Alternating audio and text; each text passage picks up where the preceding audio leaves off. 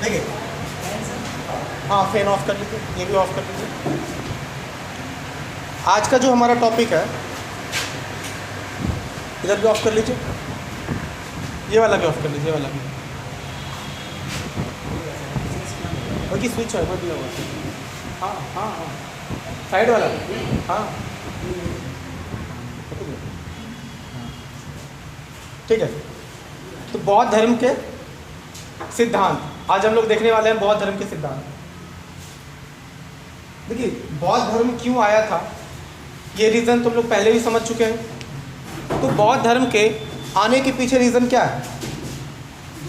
चूँकि वर्तमान दौर में जो उस समय जो हिंदू धर्म में कई सारी बुराइयां व्याप्त थी, जैसे वर्ण व्यवस्था, जाति प्रथा, छुआछूत, इन सारी समस्याओं के विरोध में, इन सारी समस्याओं को दूर करने के लिए बौद्ध धर्म का निर्माण हुआ था। तो सबसे पहले हम लोग ये देखेंगे कि ये जो बौद्ध धर्म है ये क्यों आया, ये तो समझ में आ रहा है, लेकिन बौद्ध धर्म के मुख्यतः सिद्धांत क्या है और आखिर ऐसा क्या है इस सिद्धांत के अंदर खास बात जिसके वजह से दूसरे धर्म के कई सारे लोग बौद्ध धर्म को अपनाए। आखिर कुछ तो खास बात होगी। सीधी सी बात है, जो जो हिंदू धर्म में जो जो कमियां था, उस कमी को दूर करने के लिए जो प्रयास किया गया वही इसका क्या बन जाएगा, सिद्धांत बन जाएगा। जैसे इसमें लिखा हुआ, सबसे पहले हम आप लोग समझिए कि बौद्ध धर्म को लोग अपनाए क्यों। चूँकि बुद्ध जो है वो क्या थे, व्यवहारिक सुधारक थे। व्यवहारिक सुधारक का मतलब क्या होता है, वो सुधार करना चाहते थे लेकिन वो एक व्यवहारिक तरीके से, एक प्रैक्टिकल तरीके से। देखो समाज में अगर हम बात करते हैं, समाज सुधार की बात करते हैं, समाज सुधार दो तरीके से संभव है। एक होता है थ्योरी, या फिर इसको आइडियल, आदर्शवादी बातें, अच्छी अच्छी बातें करेंगे। समाज में ऐसा होना चाहिए, समाज राम राज्य टाइप का होना चाहिए, जहाँ पर कोई किसी के साथ भेदभाव नहीं करेगा, कोई किसी के साथ छुआछूत नहीं करेगा, सभी को काम करने का बराबर अधिकार होगा, अपने पसंद का काम करेगा। ये सारी अच्छी अच्छी बातें हम कह रहे हैं, लेकिन क्या लगता है ऐसा कोई समाज होगा जहाँ पर थोड़ा सा भी अनइक्वलिटी ना हो? बिल्कुल ऐसा कोई समाज है जो पूरी तरह से बराबर हो? ऐसा पॉसिबल है? तो ऐसा कोई समाज हो ही नहीं सकता है जहाँ पर कि गैर बराबरी ना हो। कुछ ना कुछ तो अंतर रहेगा। बेशक अंतर 49 और 51 का क्यों ना हो, लेकिन 50-50 बिल्कुल बराबर नहीं होता है। जैसे कुछ लोग कहते हैं कि महिलाएं और पुरुषों में भेदभाव नहीं होना चाहिए, बिल्कुल नहीं होना चाहिए। एक अच्छा समाज का पहचान यही है कि वहाँ पर जेंडर डिस्क्रिमिनेशन नहीं होना चाहिए, लैंगिक विभेद नहीं होना चाहिए, पुरुषों और महिलाओं को बराबर अधिकार मिलना चाहिए। पर ऐसा कोई समाज बता दो जहाँ पर कि महिला और पुरुषों को बिल्कुल एकदम 50-50 इक्वल, थोड़ा सा भी कम नहीं, बिल्कुल बराबरी का अधिकार मिला हो। ऐसा कोई समाज है क्या? अच्छा, ऐसा कोई समाज बता सकते हो जहाँ पर कि कोई दुखी ना हो, सिर्फ खुश, अच्छी अच्छी बातें, सिर्फ खुशी हो, जहाँ पर कि कोई चोरी ना हो, कोई अत्याचार ना हो, कोई हिंसा ना हो? ऐसा कोई समाज हो सकता है? तो जब भी लोग कल्पना करते हैं तो ऐसे आदर्शवादी समाज, यानी कि थ्योरेटिकल बातें कह रहा है, जो बुक में अच्छी लगती है सुन के, या फिर इसको आइडियल यानी कि आदर्शवादी बातें कह सकते हो, या फिर एक ऐसे समाज की बात करते हैं जो स्वप्नदर्शी समाज है। स्वप्न,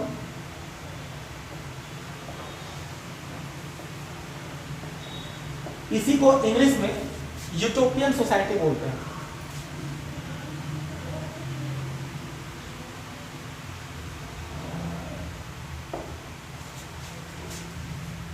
जो साम्यवादी टाइप के लोग होते हैं ना, जैसे साम्यवादी समाजवाद अभी तो पढ़ा ही नहीं, हम पढ़ेंगे इस चीज़ के बारे में भी डिटेल में हम लोग पढ़ने वाले हैं। कार्ल मार्क्स का नाम आप लोग जान रहे हैं ना?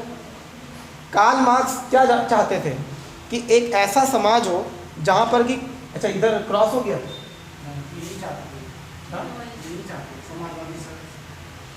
मतलब ये वीडियो में नहीं आ रहा? अच्छा यही तक आ रहा, अच्छा ये कहना चाह रहे थे। ठीक है, हम लोग को एक लक्ष्मण रेखा, इसके बियॉन्ड नहीं जाना है। ठीक है, हम ये कहना चाहते थे, कार्ल मार्क्स को सब लोग जानते हैं, महात्मा गांधी को भी सब लोग जानते हैं, कार्ल मार्क्स और महात्मा गांधी क्या चाहते थे? एक ऐसा समाज हो जहाँ पर कि कोई गैर बराबरी ना हो, राम राज्य टाइप का हो। कार्ल मार्क्स खुद ही कहते थे ऐसा समाज हम चाहते हैं, ऐसा स्वप्नदर्शी समाज चाहते हैं जहाँ पर कोई मालिक किसी मजदूर का शोषण ना करे, जहाँ पर शोषण हो ही नहीं, किसी भी प्रकार का कोई भेदभाव नहीं हो, कोई किसी को टॉर्चर ना करे। जैसे आजकल देख लीजिए मालिक अपने मजदूर के साथ कैसे शोषण करता है, टॉर्चर करता है ना, कि अगर आप सही से काम नहीं करोगे तो आपका वेतन तो हम काटेंगे ही, लेकिन वेतन काटने के अलावा उसको खरी खोटे भी सुनाया जाता है। मालिक और मजदूर के बीच रिश्ता आप देखते हो कितना ख़राब होता है। तो कार्ल मार्क्स चाहता था एक ऐसा समाज हो जहाँ पर किसी भी प्रकार का गैर बराबरी ना हो, लेकिन ऐसा समाज सिर्फ वो सोचते थे।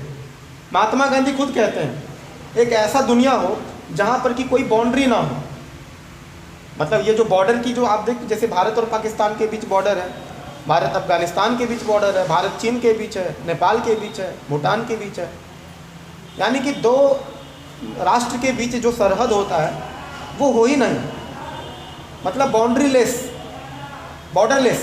वो कहते थे कि हमारा जो पूरा दुनिया है वो कैसा होना चाहिए, बॉर्डरलेस होना चाहिए, जिनको जहाँ आने जाने का मन करे आराम से आए जाए, कोई रुकावट ना हो। क्योंकि ये जो सरहद है वो क्या है, काल्पनिक रेखा है, जहाँ आप दो क्षेत्र के बीच सरहद बनाते हो समस्या वहीं से शुरू होता है। और ये बात बिल्कुल ठीक ठाक दिख भी रहा है। अगर ये सरहद नहीं होती तो क्या ये समस्याएं होती आगे चल के? भारत पाकिस्तान के बीच इतना लड़ाई होता? एक कोई फिल्म देख रहे थे 1971, मनोज वाजपेयी का यूट्यूब पर अवेलेबल है, आप लोग भी देखिएगा। तो दो कैदी आपस में बात कर रहे थे। एक कैदी कहता है एक बात बताओ कि यहाँ पर सिंधी रहते हैं? बोला हाँ सिंधी रहते हैं। यहाँ भी पंजाबी रहते हैं? बोला हाँ यहाँ भी पंजाबी रहते हैं। तो बोला यहाँ भी सिंधी रहते हैं, यहाँ भी पंजाबी रहते हैं, यहाँ भी कुछ लोग हिंदू रहते हैं। जब सभी लोग यहाँ रहते ही रहते हैं तो फिर पाकिस्तान बनाया ही क्यों? तो दूसरा दोस्त इरिटेट हो जाता है, मतलब एक्चुअली उसको नींद आ रहा होता है और ये उसको सुना रहा होता है कि भाई एक बात बताओ, जब यहाँ भी सब लोग रहते हैं, वहाँ भी इंडिया में भी सब लोग रहते हैं, तो फिर ये सरहद क्यों बनाया गया? तो दूसरा दोस्त क्या बोलता है? बोला भाई गलती हो गई, नहीं बनाना था पाकिस्तान को। आप समझ रहे हो, एक समय था जब कोई सरहद नहीं था, तो भारत और पाकिस्तान जैसा कोई कंसेप्ट, मतलब पाकिस्तान जैसा तो कोई कंसेप्ट था ही नहीं, कोई लड़ाई नहीं था, कोई बाउंड्री का कोई इशू नहीं था। तो कहने का मतलब है गांधी जी चाहते थे कि दुनिया एक ग्लोबल विलेज की तरह हो। ग्लोबल विलेज एक अच्छा चाहिए सब टर्म है। वैश्विक गांव, दुनिया कैसा होना चाहिए? एक वैश्विक गांव के जैसा होना चाहिए, कोई किसी के बीच रुकावट ना हो। भारत के लोग पाकिस्तान आराम से जा रहे हैं, पाकिस्तान के लोग भारत आ रहे हैं। मुल्तान वाले लोगों को मन है कि ज़रा इंडिया गेट घूम कर आए, आराम से आएंगे। हम लोगों को भी मन हो पेशावर घूमने का मन हो, मज़े से घूमना है। पाकिस्तान में घूमने लायक बहुत अच्छी अच्छी जगह है, लेकिन अगर ये बॉर्डर नहीं होता तभी ना। जैसे यूरोपियन कंट्री सबसे अच्छा एग्जाम्पल है, वो सारा देश अलग अलग ज़रूर है, लेकिन वहाँ पर कोई उस तरह का बाउंड्री का कंसेप्ट, मतलब कहने का मतलब है कि अगर आप एक बार वीज़ा ले लेते हो यूरोपियन कंट्री का, आप किसी भी देश में आराम से घूमो। अभी बैठे फ्रांस में, ट्रेन में बैठे थे, जब आप फ्रांस में बैठे पता चला कि आप ब्रिटेन पहुंच गए, स्विट्ज़रलैंड पहुंच गए, इटली पहुंच गए, मतलब पूरा का पूरा आप यूरोप घूम सकते हो। एक ऐसा सोसाइटी है यूरोपियन कंट्री जहाँ पर कोई रुकावट नहीं। हम लोग के लिए भी कितना अच्छा होता है। बिहार में बैठते सीधा कहाँ है भैया? तभी बलूचिस्तान में है, मज़े से घूम रहे हैं। उधर से लाहौर पेशावर घूमते हुए हम लोग नई दिल्ली आए, चाट उट खाए, आराम से हम लोग मुल्तानी मिट्टी ढेर सारा लेकर आए वहाँ से। आप समझ रहे हो, ये एक ऐसे दुनिया की बात कह रहे हैं, अखंड भारत जिसको आप कहते हो, है ना। लेकिन वैसा सोसाइटी हो पाएगा, वैसा दुनिया का हम कल्पना कर पाएंगे, इसकी कोई गारंटी नहीं है। उसी को कहते हैं स्वप्नदर्शी समाज, जहाँ कोई किसी के साथ भेदभाव नहीं हो, कोई बाउंड्री नहीं हो, सब इक्वल है। ऐसा समाज हम सोच जरूर सकते हैं, लेकिन क्या ऐसा समाज संभव है? नहीं है पॉसिबल। देखिए, तो समाज सुधार करने की बात हम कह रहे थे ना, ये चाहते थे कि समाज ऐसा होना चाहिए, एक ऐसे समाज की बात करें। और दूसरा होता है प्रैक्टिकल, जिसको क्या व्यवहारिक कह सकते हैं। देखो समाज को दो तरह से सुधार सकते हैं। एक आदर्शवादी बातें, अच्छी अच्छी बातें कह करके, उससे भी समाज सुधार होता है। एक होता है प्रैक्टिकल बातें कि भाई हमें पता है कि इस तरह के लोग हैं ही नहीं समाज में, तो समाज को आप सुधार करना चाहते हो तो आप प्रैक्टिकल तरीके से करो ना। जैसे समाज में अगर कोई छुआछूत है, भेदभाव है, उसको आप पूरी तरह से ख़त्म नहीं कर पाओगे, लेकिन हम कम करने का प्रयास कर सकते हैं कि नहीं? हम कम करने का कोशिश करेंगे। तो कम करने के लिए जो बुद्ध ने उपाय बताया कि समाज में जो दुख है, ये जो सभी लोग दुखी रहते हैं, उसके दुखी होने को अगर ख़त्म करना चाहते हो तो आप अष्टांगिक मार्ग को फॉलो करो। और अगर आप अष्टांगिक मार्ग फॉलो करते हो तो दुनिया में दुख तो ऐसे ही कम हो जाएगा, उसके वजह से आपको निर्वाण की प्राप्ति होगी। तो देखिए बौद्ध जो है वो जो समाज सुधार का जो तरीका अपनाए, उनको पता था कि इतने आइडियल बातें करके हम कर नहीं पाएंगे, पॉसिबल नहीं है। आप ध्यान देना, हिंसा नहीं करने की बात वो कहते हैं, लेकिन जैन के तरह वो अतिवादी नहीं होते हैं। जैन तो एक्सट्रीम हो जाता है, मतलब कि नाक पे पट्टा वट्टा पहन के चलो, मास्क लगा के चलो, एक थोड़ा सा क्या बोलते उसको, एक हवा में जो विषाणु या विषाणु कह रहे हैं, मतलब कोई बैक्टीरिया वायरस कुछ भी हो, जीवाणु ही क्यों ना हो, वो भी मेरे सांस लेने की वजह से ना मर पाए, ऐसी व्यवस्था जैन में किया गया है। जैन लोग कृषि भी नहीं करते, खेती भी नहीं करते, ताकि खेती करने की वजह से जो माइक्रो ऑर्गेनिज्म जो होते हैं मिट्टी के अंदर वो मर ना जाए। तो ये सारा कोशिश जो है जैन लोग थोड़ा इस मामले में थोड़ा एक्सट्रीम हो जाते हैं, और यही वजह है कि जैन थोड़ा ज़्यादा अतिवादी टाइप का है, एकदम अहिंसा का मतलब क्या है, प्योर अहिंसा, इतनी सब अंतर नहीं होना चाहिए, किसी भी जानवर को नहीं मारना है। बुद्ध कहते हैं चलो यार गलती से अगर थोड़ा बहुत हो जाता है तो चलेगा।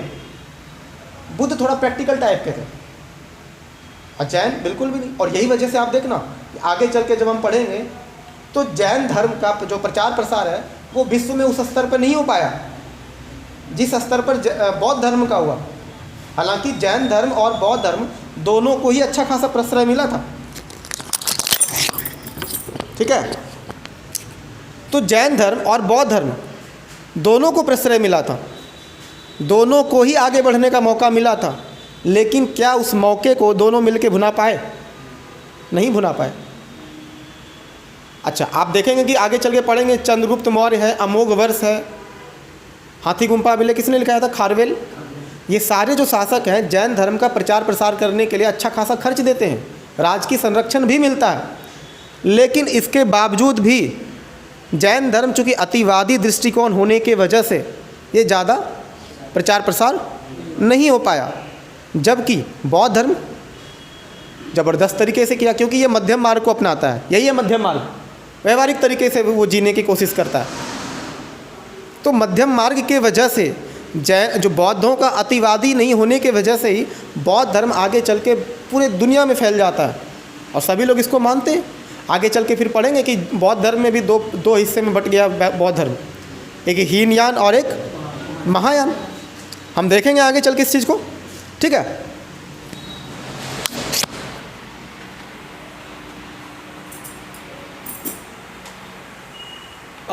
ठीक है, तो बौद्ध जो है कि वो क्या थे?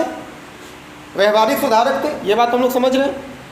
अच्छा, ये आत्मा परमात्मा जैसे निरर्थक वाद विवादों से दूर रहते थे इनको। अच्छा, ये मिटाते हैं थोड़ा सा, ये तो आप समझ में आ गया होगा ना पूरा।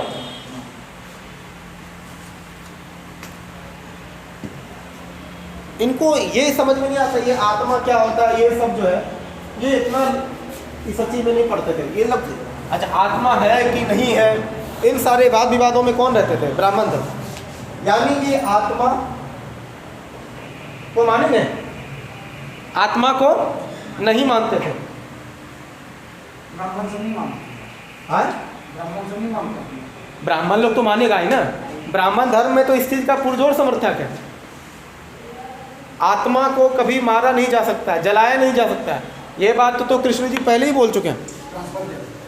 नैनम छिंदम कहते थे ना कि मतलब आत्मा को ना तो जलाया जा सकता है ना तो भिगोया जा सकता है।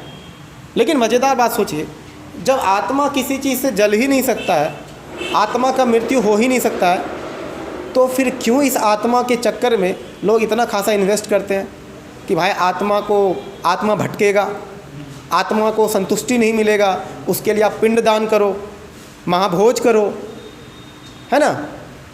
कितने सारे ब्राह्मण को जमाना पड़ता है, ये सब कई सारी चीज़ें क्यों किया जाता है कि जो मरने वाला व्यक्ति है उसके आत्मा को शांति मिले।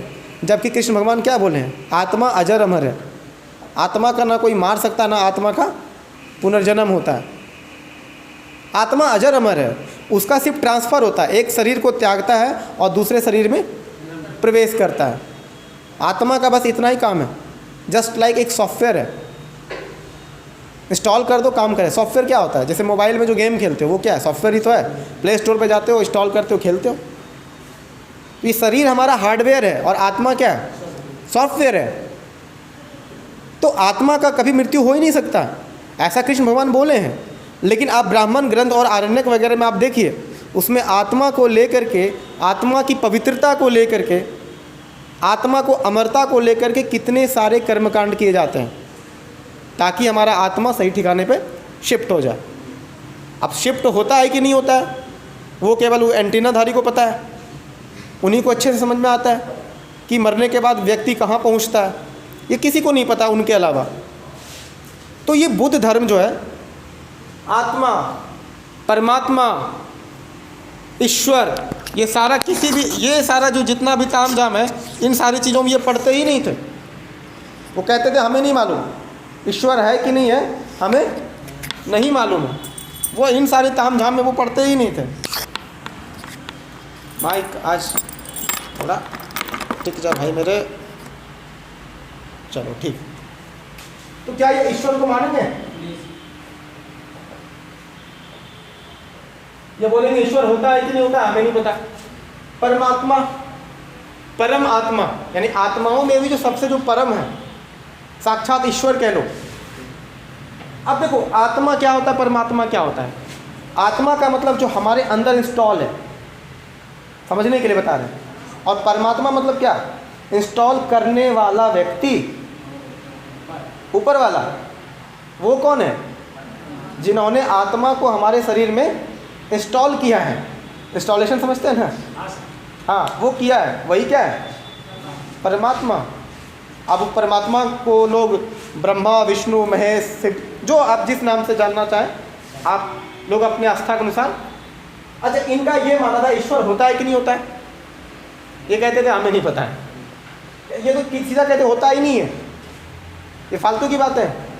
मरने के बाद कौन कहाँ जाएगा, ये सब बेफजूल की बातें हैं। ये ऐसा बुद्ध खुद कहते थे अपने मुख से, खुद, ऐसा नहीं कि उनके अनुयायी बोलते थे, ये बुद्ध अपने मुंह से बोलते थे, ऐसा कुछ भी नहीं है। और इस तरह के वाद विवाद जो है से वो दूर रहते थे। वो उनको बस एक ही बात समझ में आता था, ये पूरा संसार क्या है, हाँ पूरा संसार किस चीज को मानते थे सर? दुख। दुख क्या होता है, नहीं सबको पता है। दुख तो पता होगा भाई। परमात्मा ने मानते, ईश्वर को किसको मानते थे? वो कहते थे ये दुनिया आप देख रहे हो ना, ये जो पित्तल सी दुनिया है, ये जो दुनिया है पित्तल दी, बस यही अंतिम दुनिया है, समझ रहे हो ना। इसके अलावा जो कौन सा दुनिया है नहीं पता, इसे भ्रम में मत रहो। क्योंकि ब्राह्मण लोग इसी आत्मा, परमात्मा, ईश्वर के नाम पर लोगों को ठगा था। मतलब एक तरह से सीधी सी लाइन याद रखो भैया, नास्तिक थे ये।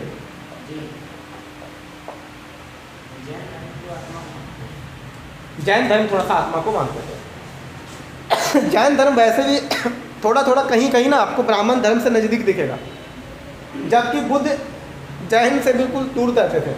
हाँ कई जगह पे सिमिलरिटीज़ दिखेगा आपको, एक जैसा आपको दोनों में दिखेगा आपको, है ना। हाँ वो कहते थे कि पूरा जो संसार है वो क्या है, दुखों से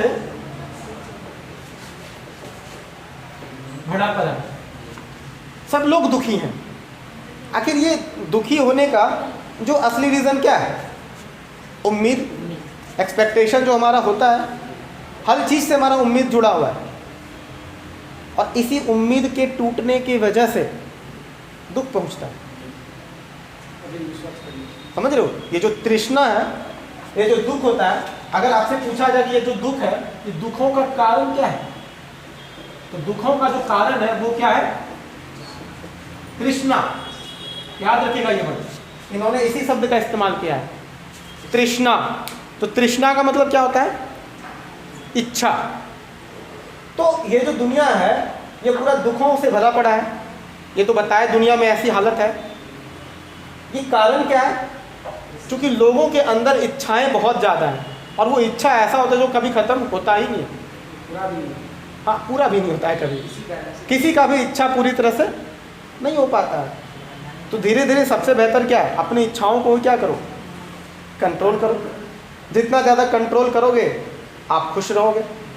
आज लग रहा होगा कि जीवन का अंतिम जो क्या बोलते हैं, जीवन का असली आधा। आज मकसद जो है आज समझ में आया कि आखिर क्यों दुनिया में हम इतने दुखी रहते हैं।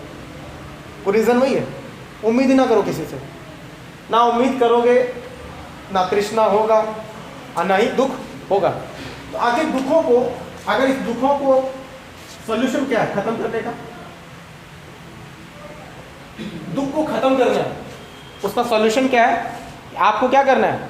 अष्टांगिक मार्ग फॉलो करना है। क्या करना है? अष्टांगिक मार्ग।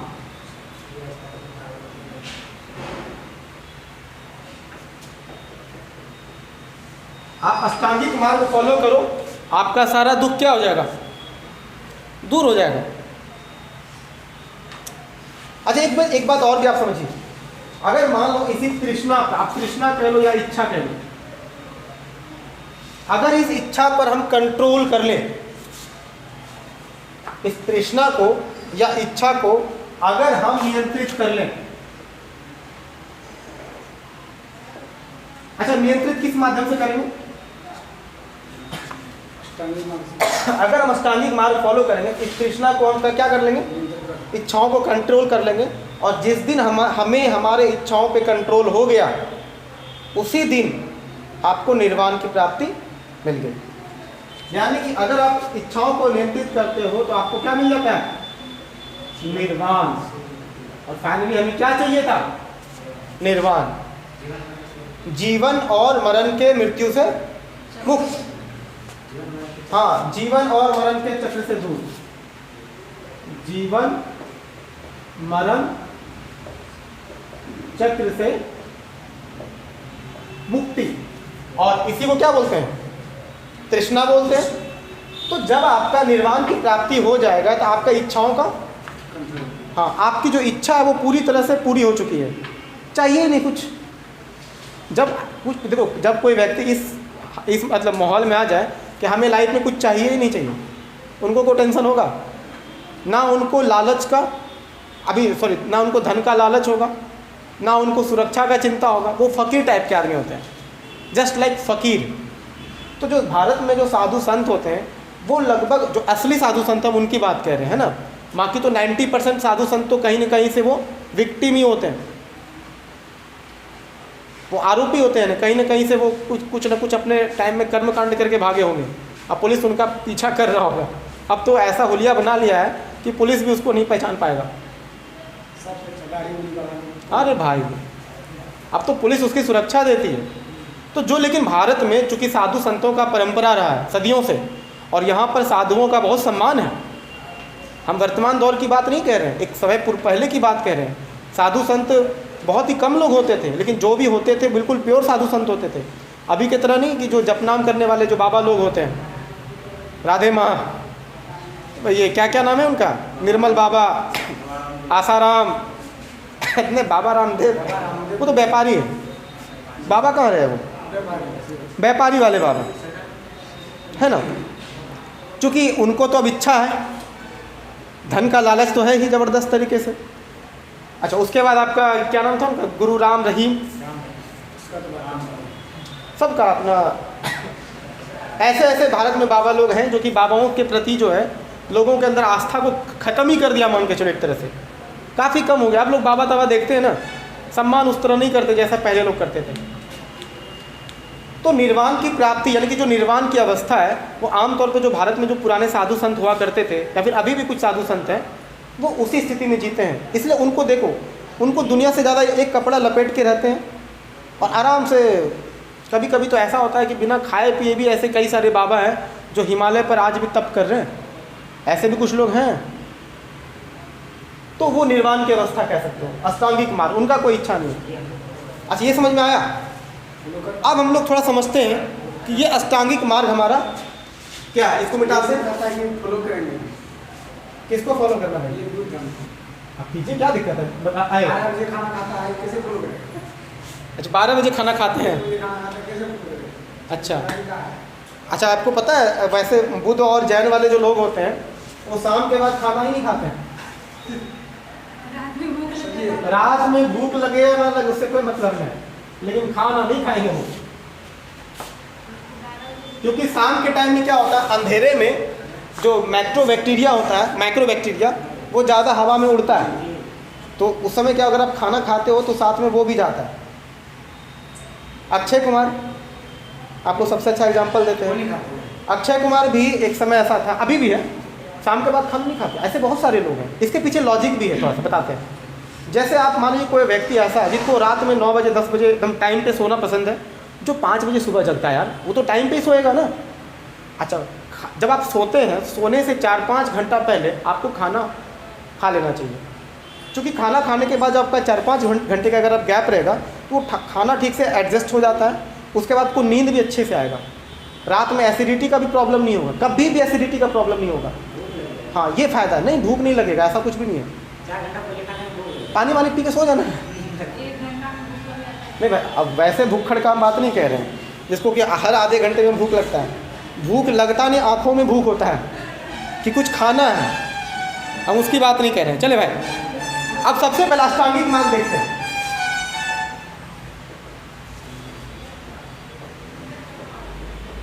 ऐसा करते हैं, इसको पहले पाउस कर देते हैं, ठीक है? पाउस कर देने से क्या होगा कि अष्टांगिक मार्ग हम पूरा लिख लेंगे, उसके बाद फिर चूंकि से समय बच जाएगा हम लोग का, ठीक है?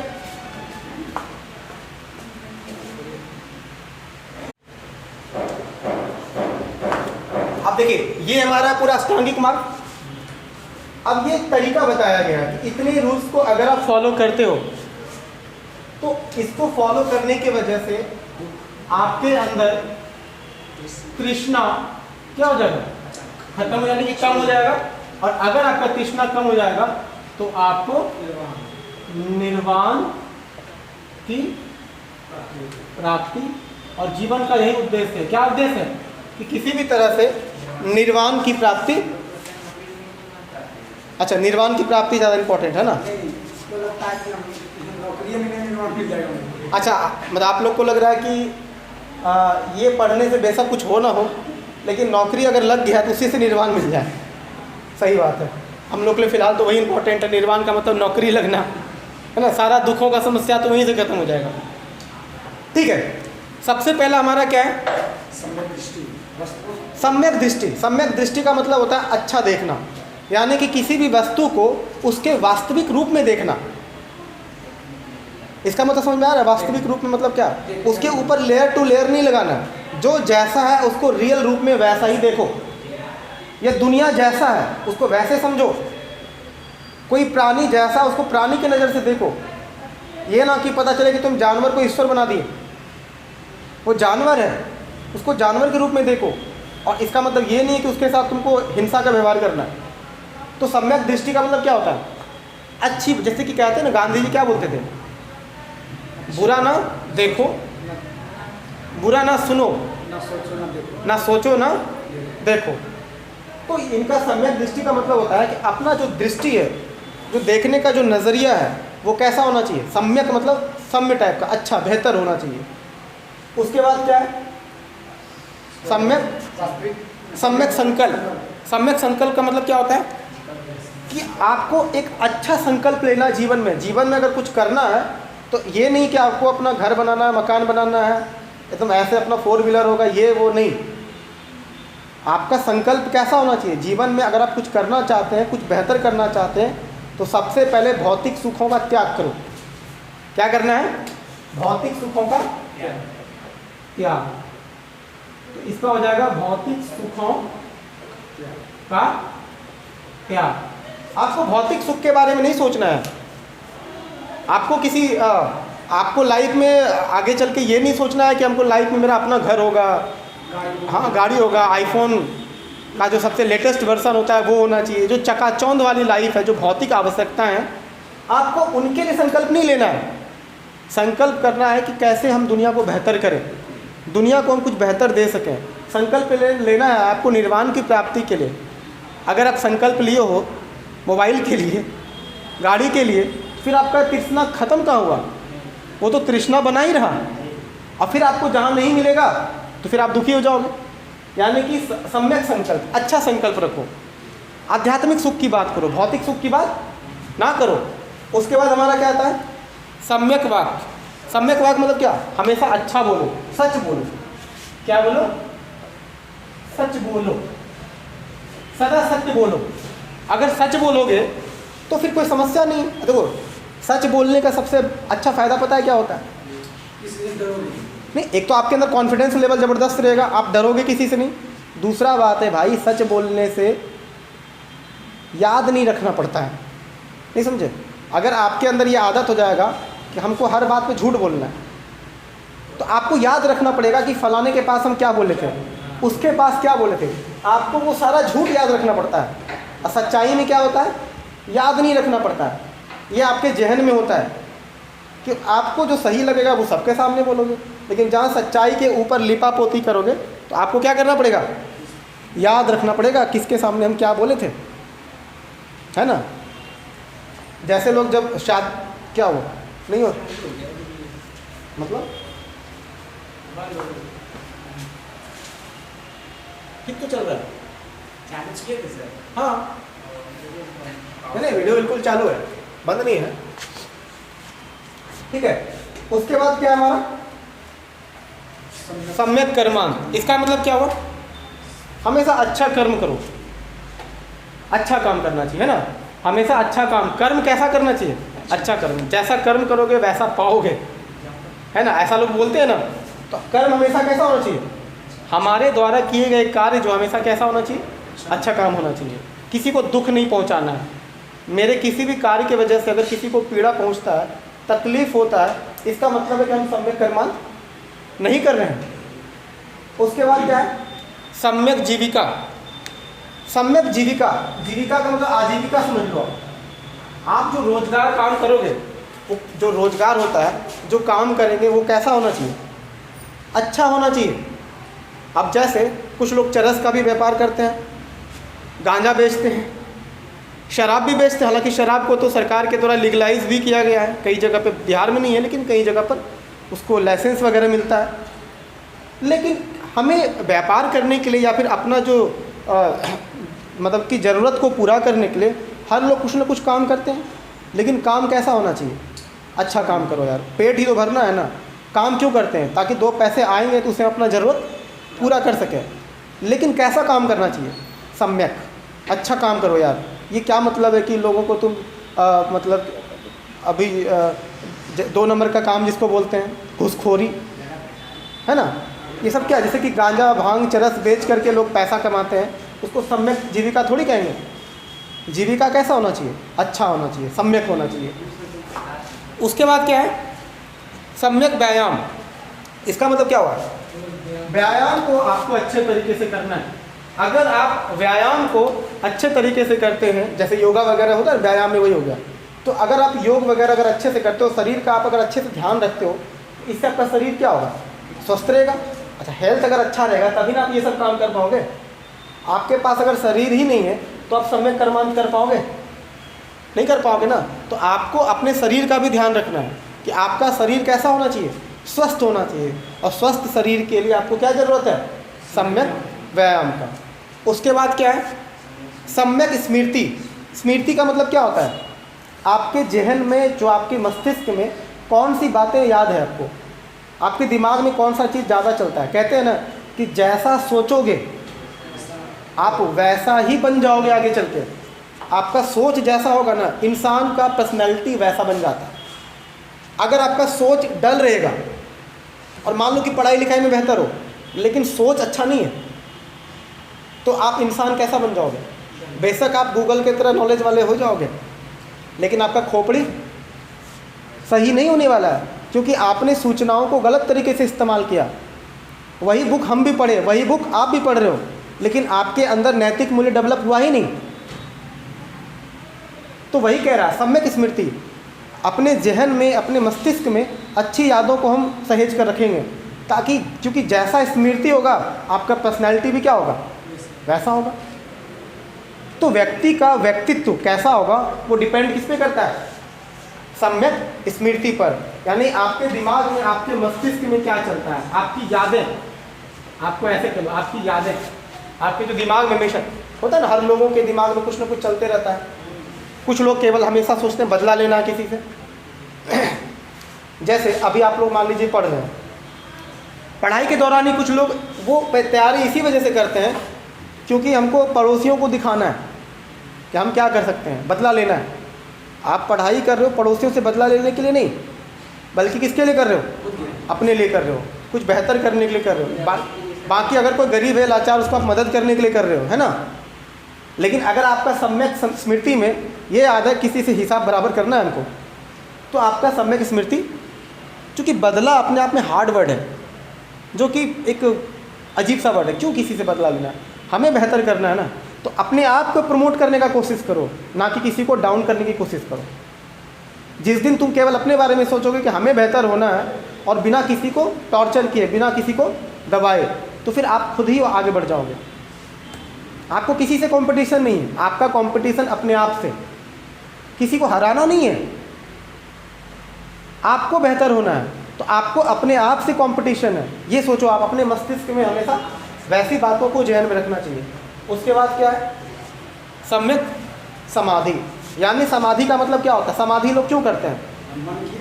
मन को एकाग्र करने के लिए, मन को शांत करने के लिए लोग अनुलोम विलोम कपालभाति लोग करते हैं ना बैठ करके। वो क्यों करते हैं? ताकि हमारा मस्तिष्क जो है वो बिल्कुल एकाग्र हो करके अच्छे से काम करे। यानी कि सम्यक समाधि क्यों करते हैं? एकाग्रता। किसकी एकाग्रता? मन की एकाग्रता। तो मन की, यहां तक किसी को दिक्कत हुआ? पूरा डिटेलिंग समझ में आया? हाँ? जीविका, अरे यार, ऑक्यूपेशन, व्यवसाय, रोजगार कहेंगे। अरे ना भाई, वो समझ रहा है, हम बोल रहे हैं तो समझ तो रहा है ना। जीविका मतलब रोजगार, व्यायाम मतलब क्या करना है?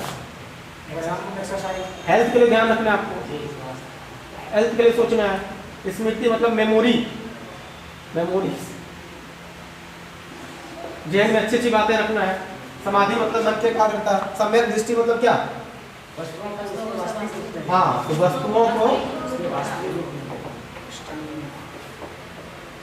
उसके वास्तविक रूप में देखो। अच्छा कर्म करो। क्या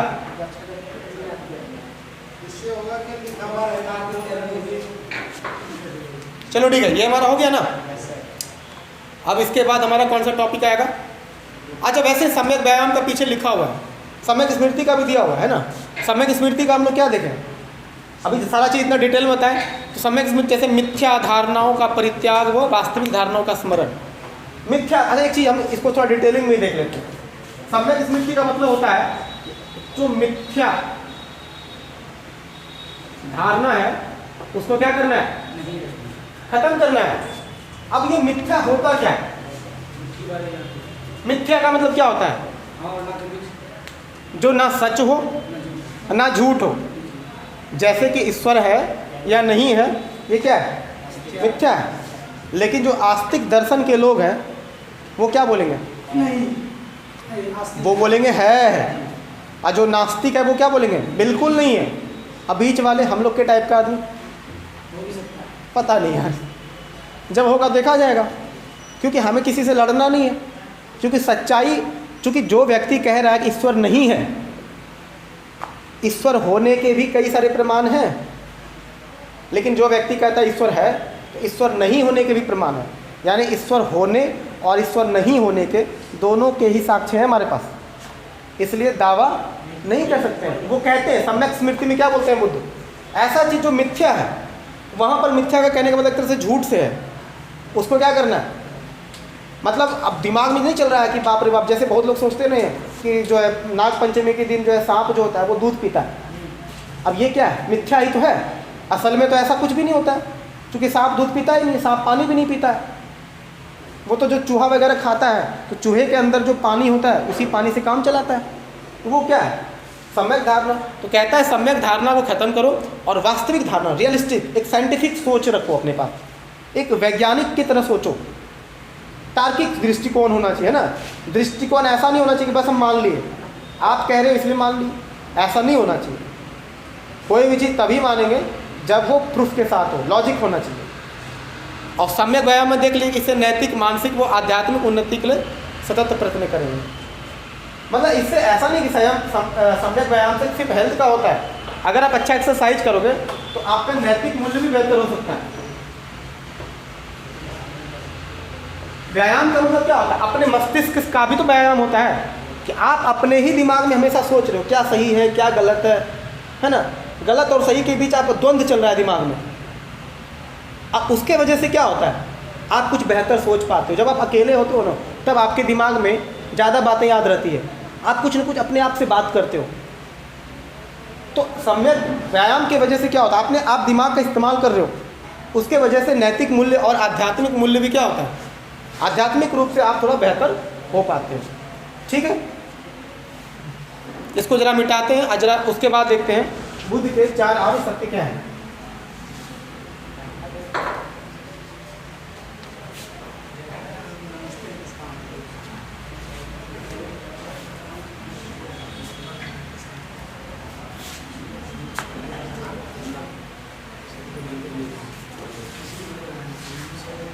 अब देखते हैं, अब बुद्ध धर्म के सिद्धांत के अंदर ये देखते हैं कि 4 आर्य सत्य, ये देखते हैं क्या होता है। 4 आर्य सत्य क्या है? देखिए, बुद्ध ने क्या बोला कि दुनिया में दुख है। उसके बाद दूसरा बात उन्होंने क्या बोला, दुखी लोगों का एक अपना समुदाय है, दुख समुदाय। उसके बाद उन्होंने क्या बोला, दुख निरोध। निरोध का मतलब क्या होता है, खत्म करना। दुख समुदाय है, यानी कि दुखी लोगों का एक बहुत बड़ा जत्था है, समुदाय है, और उस समुदाय के दुख को कम करने के लिए या फिर खत्म करने के लिए उसका निरोध का भी तरीका है। दुख निरोध है। उसके बाद क्या है, दुख निरोध गामिनी, दुख निरोध गामिनी प्रतिपदा। मतलब दुखों को कैसे खत्म किया जा सकता है ये भी पता है, और उसको प्रैक्टिकल करके भी हम बता सकते हैं कि अष्टांगिक मार्ग से कैसे उसको हम खत्म कर सकते हैं। ये 4 आर्य सत्य था। क्या क्या था, दुनिया में दुख है, इनका मानना है कि दुनिया में यही 4 आर्य सत्य है।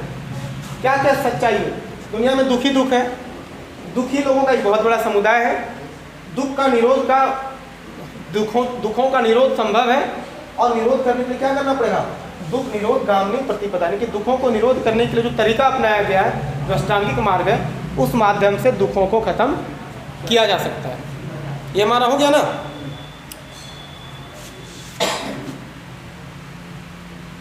अब जरा से इसको पॉज करते हैं फिर से, और पॉज करने के बाद फिर आपको बताते हैं बौद्ध का जो मीटिंग हुआ था इसके बारे में समझते हैं। ठीक है,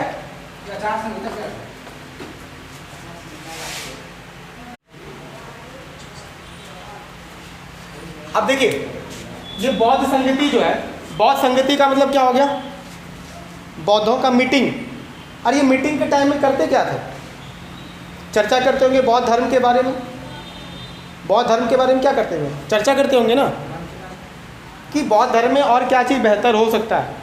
ये टाइम टू टाइम आप देखेंगे आगे चल के, जब जैन धर्म पढ़ेंगे उनका भी 2 संगति होता है, 2 मीटिंग होता है, वहाँ भी वो वही चीज़ करते हैं। बौद्ध धर्म, किसी भी धर्म का जो आपस का जो मीटिंग होता है, वो चीज़ों को अपडेट करने के लिए होता है, कुछ बदलाव लाने के लिए होता है। तो सबसे पहला जो फर्स्ट मीटिंग होता है वो कब होता है, 483 BC में होता है। कहाँ पर हुआ था, राजगीर में हुआ था। राजगिरी क्या था, पहला मगध का सबसे पहला राजधानी भी था ये, तो मगध का पहले ये राजधानी था। ठीक है, उसका उस समय का जो अध्यक्ष था, ये सारा अध्यक्ष का नाम है। तो किनकी अध्यक्षता में हुआ था, अध्यक्ष का नाम क्या है, महाकश्यप। महाकश्यप। और ये मीटिंग करवाया किसके शासनकाल में था, ये था कि किसके टाइम में हुआ था, ये किसके टाइम में हुआ था, अजातशत्रु के टाइम में हुआ था। निश्चित रूप से अजातशत्रु भी काफ़ी हेल्प किए होंगे पहला मीटिंग में, जो कुछ दान पैसा वगैरह का जो फंडिंग वगैरह है इस मीटिंग को कराने के लिए वो किए होंगे, पूरा व्यवस्था करवाए होंगे। तो पूरा व्यवस्था कौन करवाया, अजातशत्रु। अध्यक्ष किसको बनाया, महाकश्यप को बोला कि आप जाके यहाँ पे अध्यक्ष बनो, पूरा देख रेख करो। कहाँ हुआ था, राजगीर। कब हुआ था, 483 BC। ठीक है, अब देखिए सेकंड वाला कहाँ पर हुआ, ये भी पटना में, वैशाली। ये पहले पटना का ही क्षेत्र बहुत बड़ा था, वैशाली तो अलग जिला हो गया। उसके बाद ये अध्यक्ष का नाम क्या है, साहब कमीर। और किनके टाइम में हुआ था, कालाशोक। तो कालाशोक के टाइम में साहब कमीर को बनाया गया था अध्यक्ष। तीसरा किसके टाइम होगा, पाटलिपुत्र। अध्यक्ष का नाम क्या है, मोगलीपुत्र तिष्य। और किनके टाइम में हुआ था, अशोक। चौथा कुंडलवन में वसुमित्र उसके अध्यक्ष थे। और किनके टाइम में हुआ था, कनिष्क। तो आप देखो याद कैसे करना, वो जरा ट्रिक समझिएगा। ज़्यादा वैसे ट्रिक नहीं है, लेकिन सिर्फ समझने के लिए 1 नंबर 2 नंबर 3 नंबर ऐसे दिमाग में चला। सबसे पहले तो 3 नंबर याद कर लीजिए, जैसे हम करते हैं। 3 नंबर मतलब पटना, वो नहीं भूलते हैं कभी भी। तीसरा जो मीटिंग हुआ था वो पटना में हुआ था, हम ये बात भूलते ही नहीं है कभी। जब पटना पहला होगा तो सबसे लास्ट क्या हो जाएगा, कश्मीर। तो ना पटना भूलते हैं ना ही कन्फ्यूजन हमको इसमें होता था। तो हम कैसे याद रखें, क्योंकि सबसे पहली राजधानी कौन थी, राजगीर। तो सबसे पहला मीटिंग भी कहाँ होगा, तो सबसे पहला मीटिंग कहाँ होगा, राजगीर। तो दूसरा नंबर पे क्या हो जाएगा, वैशाली। तीसरा नंबर पटना तो याद रखना ही है। और चौथा नंबर ऑटोमेटिक क्या हो जाएगा, याद रहेगा ना। ये डेट नहीं पूछेगा कि कब हुआ था, ये डेट आमतौर पे नहीं पूछता है। हाँ, उसके अध्यक्ष पूछ देगा किसके टाइम में हुआ होगा। अब जैसे 3 नंबर अगर जैसे हम पटना याद रखते हैं, तो पटना जो नाम है वो आमतौर पे अशोक के साथ जुड़ा हुआ है। पाटलिपुत्र अशोक की राजधानी, अशोक ने राजधानी बनाया था इसको। तो पाटलिपुत्र याद रहेगा किसके साथ, अशोक के साथ। उसी तरह राजगीर का किसके साथ याद रहेगा, अजातशत्रु। क्योंकि अजातशत्रु पहले आए थे, उसके बाद अजातशत्रु के बाद ही आएगा ना कालाशोक। और कालाशोक के काफी बाद कौन आएगा, अशोक। अशोक के बाद क्या आएगा, कनिष्क। तो बहुत बाद में आया। ये क्रम तो आप कभी भूल ही नहीं सकते हैं। ऐसा कोई गड़बड़ करेगा कि नहीं कनिष्क को पहले लॉन्च करा दे। भाई सबसे बड़ा सबसे पहले कौन आएगा, जो सबसे पूर्वज अजातशत्रु सबसे पहले आएगा। अजातशत्रु के काफी बाद कौन आएगा, कालाशोक। जब आएगा तभी अशोक आएगा। हाँ, तो पहले काला, अभी हालांकि आगे चल के हम पढ़ेंगे सबके बारे में डिटेल में, अजातशत्रु, कालाशोक, अशोक, सबके बारे में पढ़ेंगे। चूँकि हमें बिहार स्पेशल भी पढ़ना है, 20 नंबर का क्वेश्चन वहाँ से पूछा जाता है, तो यहीं से आपका बैकग्राउंड बनेगा। तो सबसे पहले कौन आएगा, अजातशत्रु। उसके बाद कौन आएगा, कालाशोक। उसके बाद कौन आएगा, अशोक। उसके बाद कौन आ जाएगा, कनिष्क। याद रहेगा ना। अच्छा, कनिष्क का क्षेत्र तो सब लोगों को, आप जब हिस्ट्री पढ़ना तो कनिष्क का पूरा क्षेत्र कुंडलवन का क्षेत्र था, क्योंकि वो वहीं का राजा था। तो कनिष्क का कनेक्शन किससे हो जाएगा, आप ऐसे ही याद रखो, कौ से कनिष्क, कौ से कुंडलवन। अब इस चक्कर में कालाशोक मत कर देना, ठीक है। क्वेश्चन ऐसे पूछता है कि प्रथम बौद्ध संगति किनके शासनकाल में हुआ था। तो किनके शासनकाल में हुआ था, अध्यक्ष कौन थे, प्रथम बौद्ध संगति के अध्यक्ष कौन थे। प्रथम बौद्ध संगति कहाँ पर हुआ था, ऐसे पूछा जाता है। कब नहीं पूछेगा आमतौर पर, ये पूछने से एग्जाम वाले बचते हैं, ये पूछा जाएगा। अब बात आया अध्यक्ष का, महाकश्यप। अच्छा, वसुमित्र तो सबसे लास्ट में हो जाएगा, सबसे छोटा सा मासूम सा है वसुमित्र, सबसे नीचे याद रखना है। तो 4 नंबर में क्या हो जाएगा, वसुमित्र। वसुमित्र से जस्ट ऊपर अशोक का कनेक्शन किससे होगा, मोगलीपुत्र से होगा। तो इसको एक साथ रट्टा ले लेना, कनिष्क वसुमित्र और मोगलीपुत्र अशोक। अशोक का मोगलीपुत्र से सीधा कनेक्शन होगा। उसी प्रकार से साब कमीर का कालाशोक, तो साब कमीर कालाशोक। महाकश्यप का अजातशत्रु। ये 4-5 बार जैसे बोलोगे आपको ऑटोमेटिक याद हो जाएगा। और वैसे भी जब ये पहला नंबर, दूसरा नंबर, तीसरा नंबर, चौथा नंबर जब कर देंगे ना, आप इसके साथ ये ऑटोमेटिक लिख दीजिएगा। इसके साथ आप ये ऑटोमेटिक लिख दीजिएगा, शासक का नाम लिखा जाएगा, बचेगा बीच में। अब याद रखना कि इसके साथ किसका कनेक्शन है, वसुमित्र, भौमिपुत्र, शातकर्णी और महाकश्यप। समझ में आ गया? अब जो और पढ़ना है क्या, काफ़ी है ना? तो ऐसा करते हैं कि अब जो कल का जो टॉपिक होगा वो होगा बौद्ध धर्म की विशेषताएं। तो ठीक है, आज के लिए इतना ही रहने देते हैं।